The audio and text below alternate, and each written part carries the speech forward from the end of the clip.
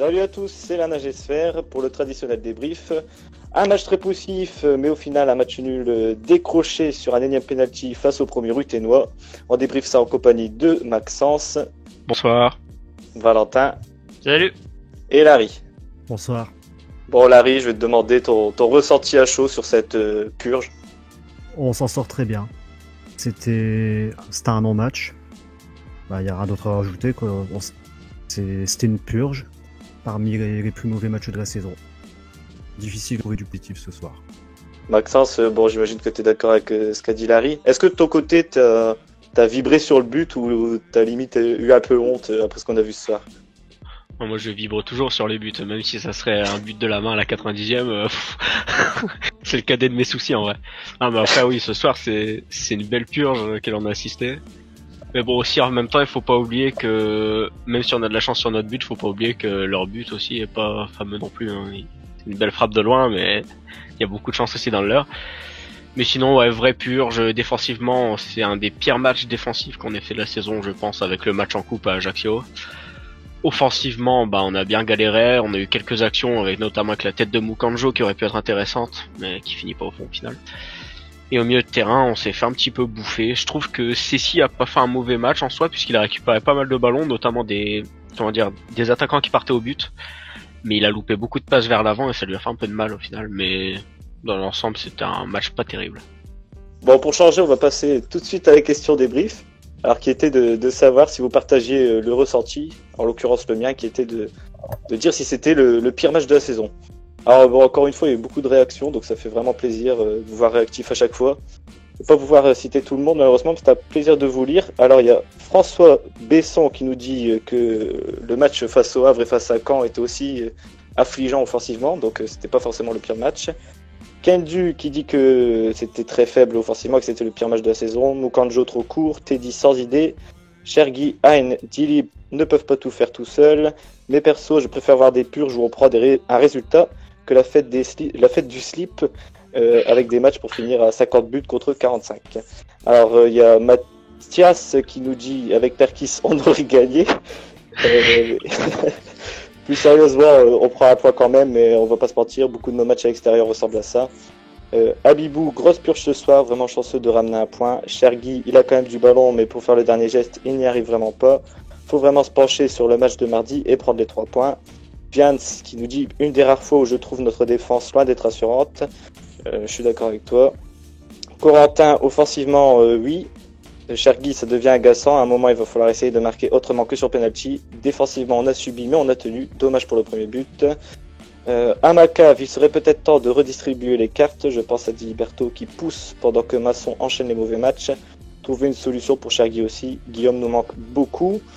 Et puis on a aussi Team En Avant Guingamp qui se penche sur le cas du VFC vu qu'on les affronte mardi. Il nous dit ça promet pour notre rencontre de mardi, puisqu'on est très faible aussi en ce moment du côté de Guingamp.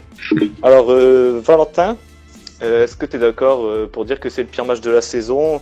Et est-ce que plus globalement ça t'inquiète après un succès aussi quand même poussif la semaine passée face au Mans? Clairement, ouais, pire match de la saison. Je pense même pire que celui à Chambly, franchement. Parce que là, on a eu clairement zéro occasion. Enfin, à part la tête de Mukanjo, dans le jeu, on a été nul. Enfin, combien de passes en retrait, latérales, avec 42 touches de balle avant de faire une passe. Bon, franchement, dans le contenu, je trouve ça ultra inquiétant. Autant la semaine dernière, on a globalement bien maîtrisé le sujet. Par contre, aujourd'hui, Rodez aurait dû 1000 fois gagner et ça aurait été vraiment mérité pour eux, quoi. Et ça laisse un petit goût amer, je trouve, de toujours marquer sur penalty en ce moment. Enfin, c'est pas la même joie qu'un but normal entre guillemets, mais voilà, ça me laisse un petit goût amer à force de marquer que sur penalty comme ça. On ne marque pas dans le jeu et je trouve ça vraiment inquiétant pour la suite. Même si on reste en bonne position pour aller chercher, pourquoi pas, quelque chose en fin de saison. Larry, de ton côté, on va peut-être passer sur le plan individuel. Quelles sont selon toi tes déceptions au niveau des performances individuelles? Il y en a beaucoup. Il y en a beaucoup, c'est difficile d'en sortir un. Bon, je veux dire Chevalier, mais un peu par défaut parce qu'il n'a pas eu de ballon. Il n'a pas été servi. Bon, il marque quand même sur penalty, un penalty chanceux. Après, je dirais Brassier aussi. Ouais, Brassier. Bon, on peut quand même souligner un tout petit peu de positif, on va essayer d'en chercher. Hein, et notamment le coaching réactif de Guégan qui a fait rentrer tous les attaquants possibles avant même l'heure de jeu. Valentin, qu'est-ce que tu as pensé des entrants et puis aussi de la prestation en deuxième mi-temps? Est-ce que tu penses que ça a quand même permis d'arracher l'égalisation ou est-ce que c'est juste un miracle sorti de nulle part? Alors pour le coaching, je trouve que c'était une bonne idée de changer 2 joueurs tout de suite parce que Ambry était pas du tout dans le match et Masson, je trouvais encore physiquement avait un peu de mal. Mukanjo a fait globalement, je trouve, une 15 bonnes premières minutes et après il a un peu disparu de la circulation. Je pense que physiquement il a un peu de mal. Et par contre Cabral a traversé la mi-temps tel un fantôme, mais par contre c'est lui qui obtient le penalty. Alors bon. Je suis un petit peu mitigé sur son cas, mais je trouve que ça n'a pas changé grand chose dans la manière de jouer, que c'était globalement très insuffisant et que ça tient vraiment du miracle. Bon, avant de conclure, on va passer au point comptable, on va dire Maxence. Bon, on va dire quand même que notre équipe elle est sur la corde raide à chaque fois, mais qu'on est toujours aux abords du top 5. Est-ce qu'on va quand même se satisfaire de ce point et est-ce que toi, le superstitieux, tu vois un signe que cette saison est celle où tout nous sourit même quand on est mauvais? Déjà, bien sûr, on va se satisfaire de ce point, on prend tous les points possibles. Hein. Si on regarde bien, on a 4 points du 4ème. Ça se joue très vite, sachant que 3, je crois, pas fait un beau résultat aujourd'hui. Ouais, ils ont perdu contre Grenoble. Ça donne bon espoir. Maintenant, on va affronter Guingamp qui sont juste derrière nous. Et si je me trompe pas, c'est Clermont juste après, qui sont juste devant nous. Donc il va falloir faire quelque chose...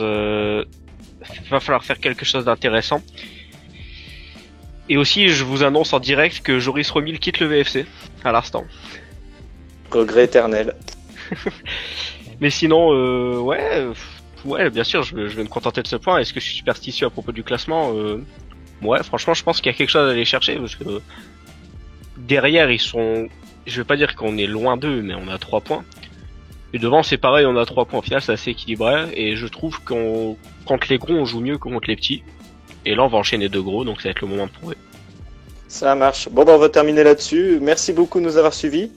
Alors, rendez-vous la semaine prochaine pour 2 débriefs. Le premier dès mardi pour la réception de Guingamp. Pardon. Ce sont des choses qui arrivent. Tous au Hainaut, donc pour soutenir nos joueurs, même s'ils nous sont déçus ce soir. On rappelle que les places sont à 1€, donc même les plus sceptiques d'entre nous n'auront pas d'excuses. Alors d'ici là, passez un bon week-end et allez VA!